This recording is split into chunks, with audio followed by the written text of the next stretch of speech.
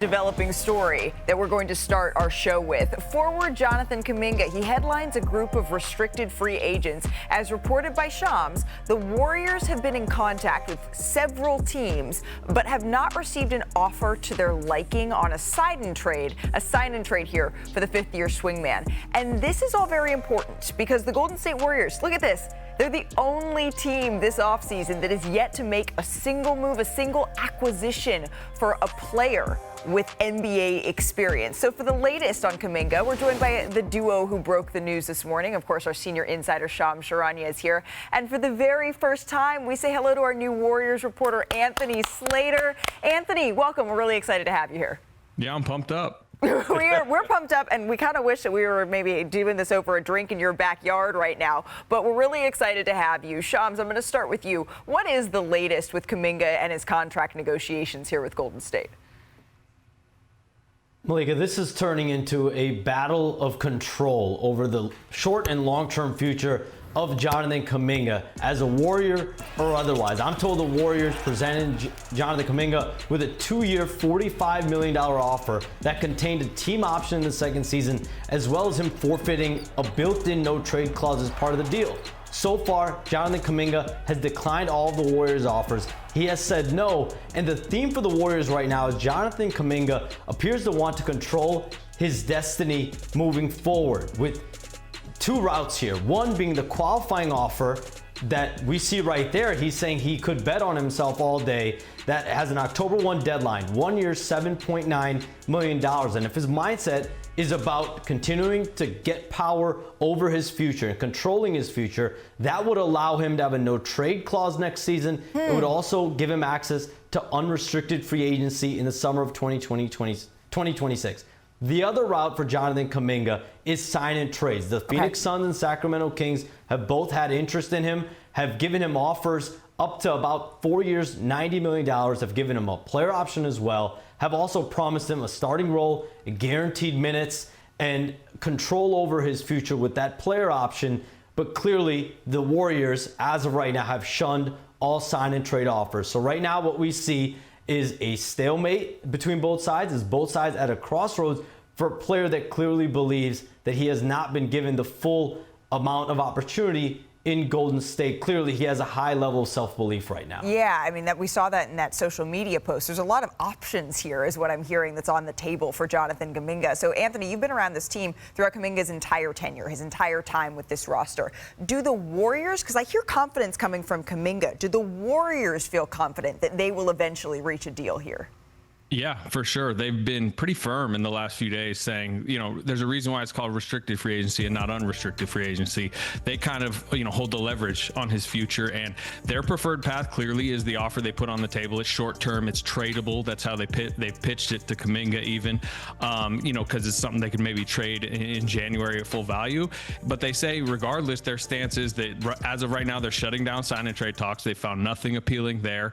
And they believe he's going to be on the roster. Their stance is he will be on the roster to start next season, and if that's the qualifying offer, that's what it is. The concern there, the flip side of that, is the messiness of this. It's already, as y'all can attest, has become kind of a messy restricted free agency. Yeah. How about when this gets to training camp? How about when the veterans are around, looking around, saying, is this going to be a distraction in one of Steph Curry, Jimmy Butler, and Draymond Green's final contention seasons? I think that's where there's a potential, pivot point, breaking point in this. But as of now, as Shams mentioned, it's a stalemate, and it continues to be messy. But right now, the Warriors are saying they're shutting down those sign-in trades talks. So if they are looking to re-engage for the Warriors here at some point, Shams, what would a potential sign-in trade eventually look like? Because they're saying right now they expect him to be on the roster.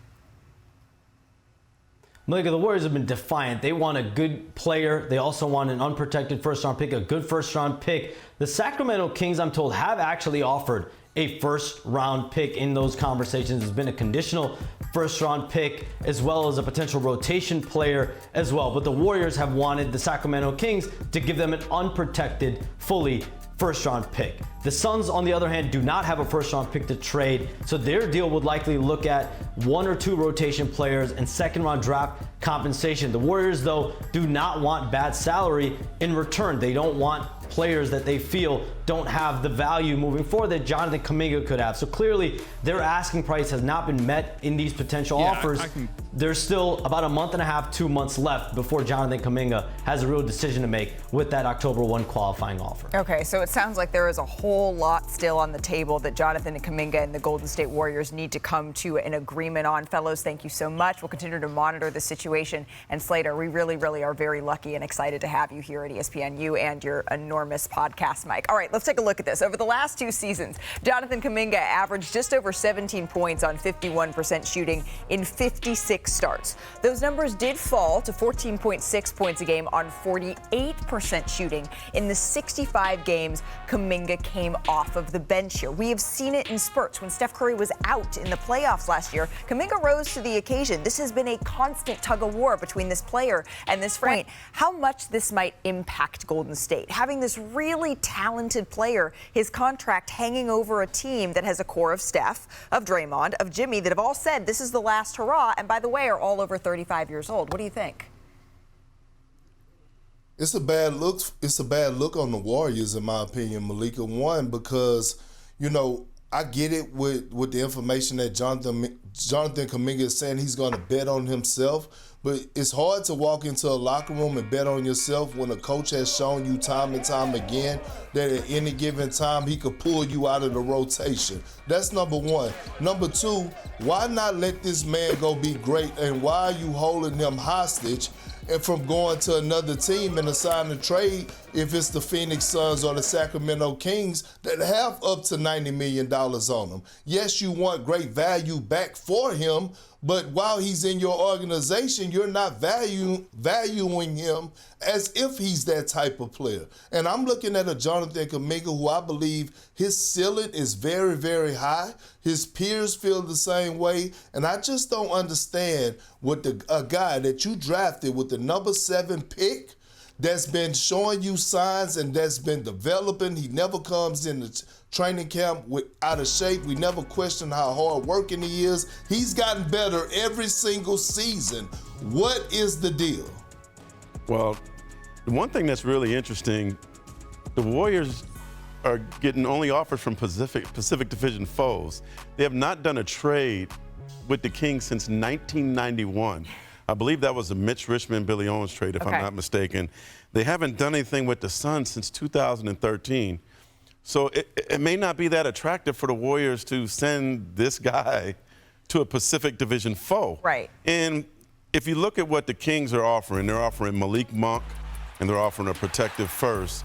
The Carter thing, I don't think that's going to happen, Devin Carter, because he doesn't make enough money. So in order to get the money that you want for Kuminga, you have to do Malik Monk, who averaged 17, 5 rebounds, 3 assists. But are we losing the plot here a little bit? I think what Perk mentioned about the lack of faith that it seems repeatedly that the Golden State Warriors have had in Kuminga. And Steve Kerr wants to go. He wants to go. He wants to go. And the Kings are offering a starting spot. Okay.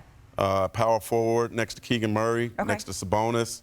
He's talked on a Zoom call with Scott Perry, as you know, the GM, B.J. Armstrong, the assistant GM, and also with their head coach. Okay.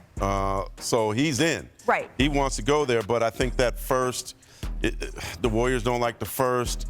And then the Suns, I heard they're like offering Royce O'Neal in 4 seconds and Nick Richards. That's just not pretty enough. You are around this team as much as anybody, and you know how deeply sourced Anthony Slater is around Golden State, one of the very, very best. He's saying that the talks right now, they have stalled. And so realistically right now, we are looking at a team that has 9 players, 9 players on their active roster. Well, and I saw Gary Payton II 2 days ago. Yep.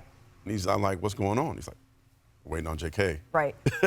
He is. Al Horford is. Everybody is. Yeah. Right. And so, Perk, when you look at realistically what we can expect from this Golden State Warriors team that we've often talked about as sort of the beacon of light when you're looking towards what you want to be in terms of a consistent core, running things back. The last couple of years, it really hasn't been that. What can you expect from Golden State this year, knowing that this is who they're putting out there to try to maximize the last years of Steph?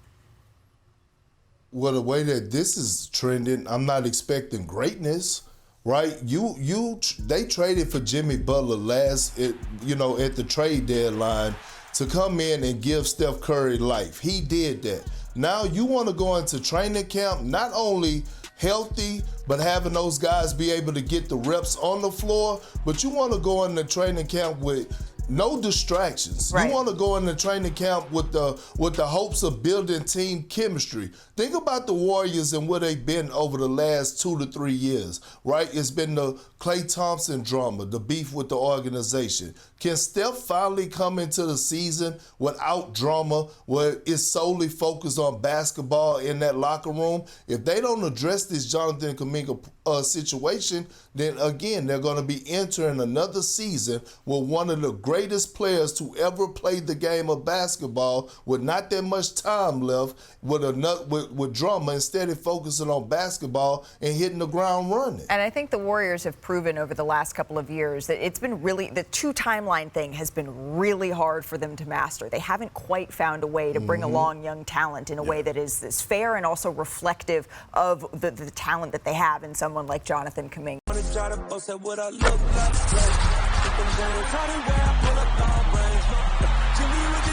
on fire. The CDA over here.